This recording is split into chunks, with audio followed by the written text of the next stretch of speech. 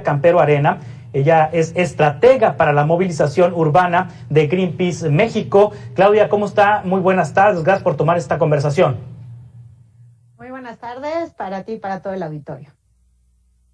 Bueno, estamos siendo testigos de un huracán categoría 2 que va a impactar tierra en el estado de Veracruz a las 0 horas de mañana, a la 1 de la mañana de mañana sábado. En las próximas horas ya las consecuencias en materia de lluvias se están presentando. Los pronósticos indican que va este huracán rumbo a territorio mexicano cargado de agua. Pero estos fenómenos meteorológicos cada vez los estamos viendo más frecuentes, más rudos, más duros. ¿Esto es consecuencia del cambio climático? Es correcto, sí. Lo que está sucediendo, y acaba de salir un informe muy importante del IPCC, que es entidad internacional que reúne toda esta evidencia científica, nos está diciendo con toda claridad que la emergencia climática ya está aquí, que con toda certeza se debe a la actividad humana, principalmente a la quema de combustibles fósiles, es decir, carbón, petróleo, gas, y que pues es urgente tomar acción. Ya lo decía el reportaje que sacaron, hay consecuencias que ya no son revertibles, pero eso no significa que no haya mucho que hacer, porque si seguimos con esta emisión de gases de efecto invernadero a raíz de la quema de combustibles fósiles, lo único que vamos a ver son escenarios cada vez más graves. Todavía necesitamos cada gramo de dióxido de carbono que podamos dejar sin emitir,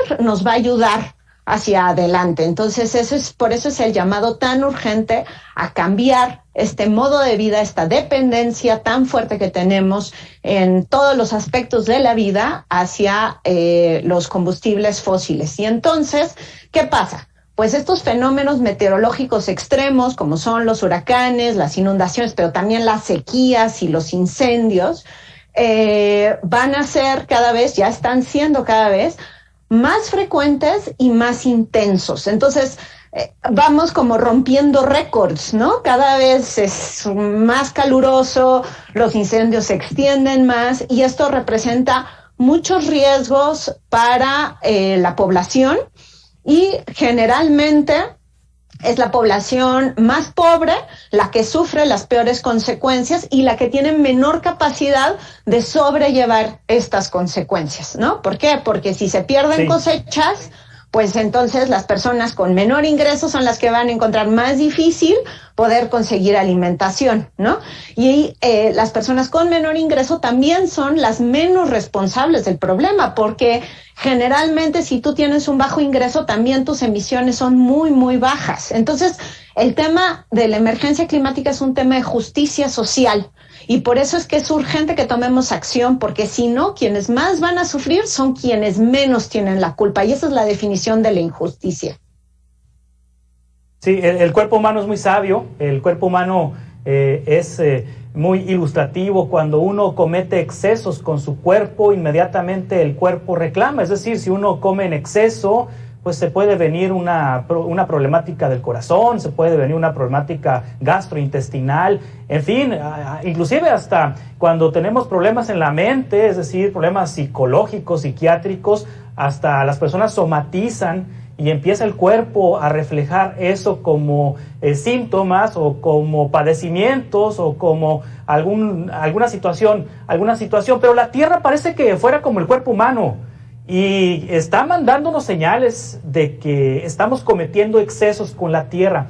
¿Cuáles son esas señales que no terminamos de entender a pesar de que son evidentes?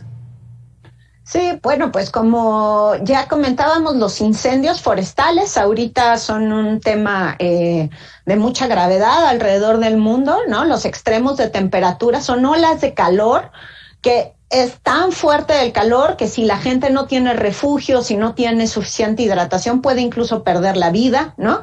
Tenemos estas inundaciones, tenemos estas imágenes del metro de China, que estoy segura que muchas personas en el auditorio habrán visto cómo se inundaba el metro de una ciudad de China. Entonces, evidentemente, pues esto es un riesgo muy grande para la población.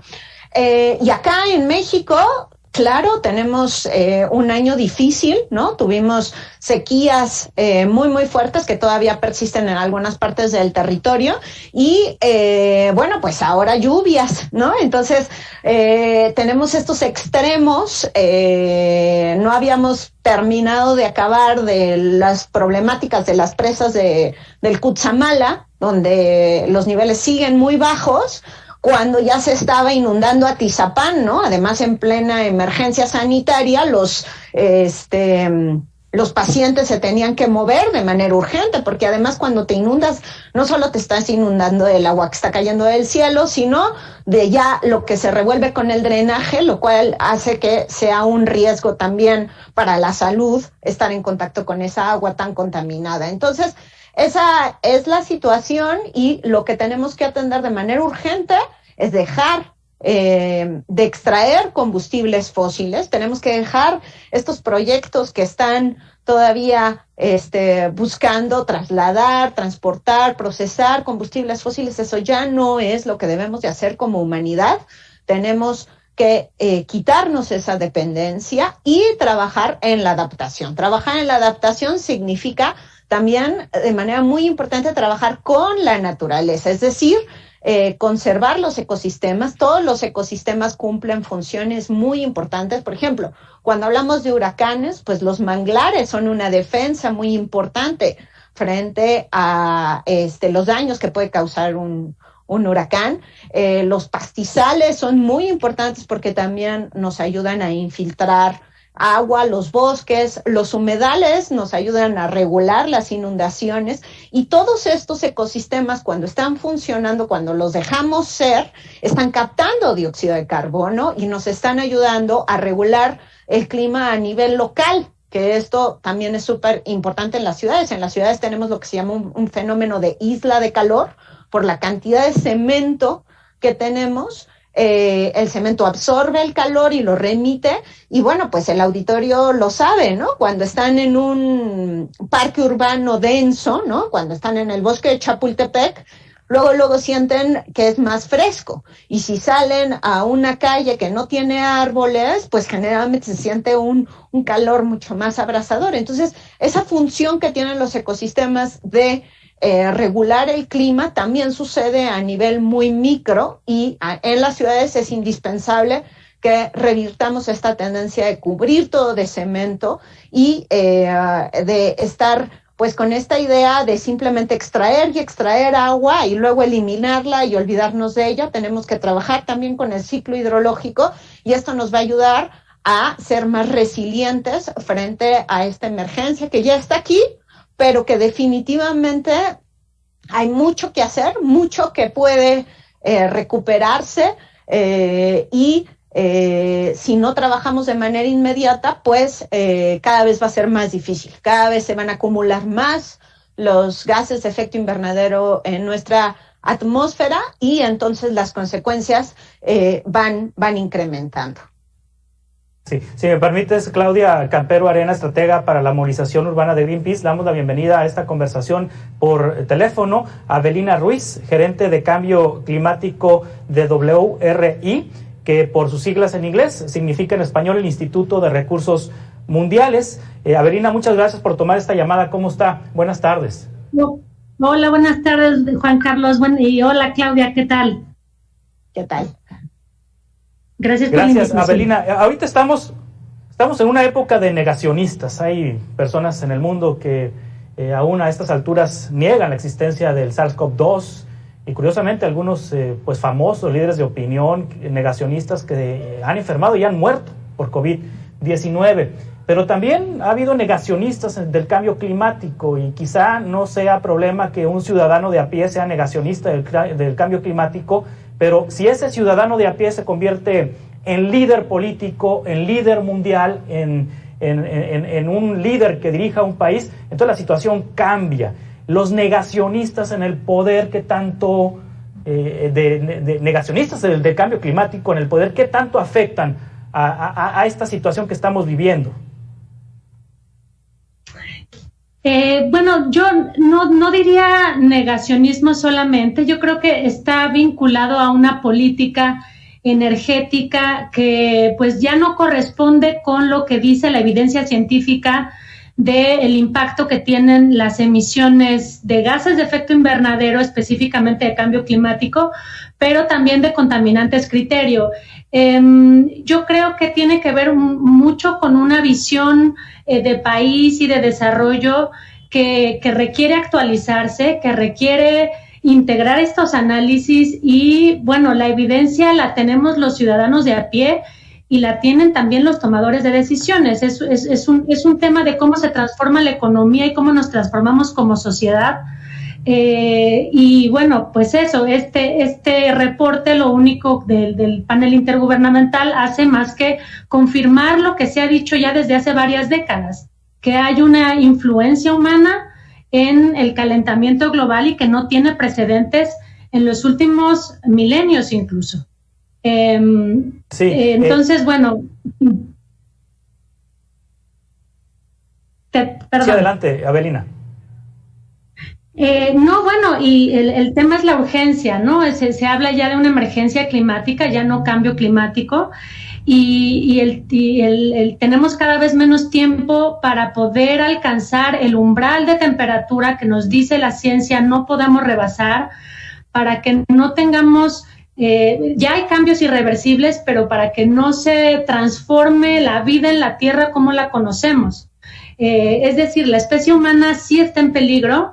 Como ya se han extinguido muchas especies, la nuestra, estamos en ese camino y estamos a tiempo, y por eso me da mucho gusto que nos invites y que se amplifique este llamado a la acción por parte de toda la sociedad y empezando por el gobierno.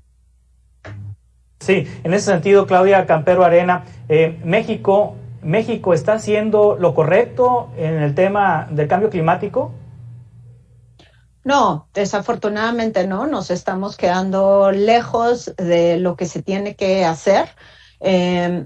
No solo no estamos cumpliendo con las metas que nos comprometimos a cumplir internacionalmente, sino que estas metas de por sí eran insuficientes. Entonces, estamos muy lejos de lo que se tendría que estar haciendo. México es un país que, bueno, pues definitivamente no está dentro de los grandes poderosos, pero tampoco es un país que se queda tan lejos de su responsabilidad climática. Pemex es una de las empresas que está entre las 20 empresas más contaminantes de toda la historia en el mundo. Entonces, eso exige que lo veamos también como una responsabilidad como país. Necesitamos dejar esta dependencia en los combustibles fósiles, en todos ellos, ¿no? Tanto el carbón como el petróleo como el gas. No hay espacio para seguir buscando desarrollarnos de esta forma. De manera urgente también tenemos que poner atención en la adaptación. Y poner atención en la adaptación junto con el reducir nuestras emisiones nos va a hacer que la población tenga mejores posibilidades de un futuro pues más vivible. Estamos hablando realmente de ¿qué futuro vamos a tener en este país frente a esta clase de extremos, ¿no? Tenemos que estar mucho mejor preparadas para tanto las inundaciones como para las sequías. Hay ciudades que ciudades costeras que por el alza del nivel del mar pues se ven realmente en riesgo, ¿no? Conforme se sube el nivel del mar, esto también nos determina que a la hora de que haya huracanes, los daños pueden ser mucho más severos, precisamente porque pues ya tienes un punto de partida de agua más arriba y entonces pues ya súmale a eso los vientos, las lluvias torrenciales, pues los riesgos se aumentan.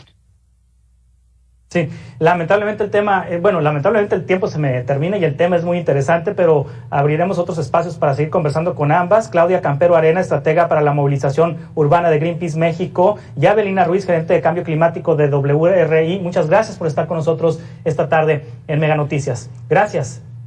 Gracias. Muchas gracias. Hasta pronto.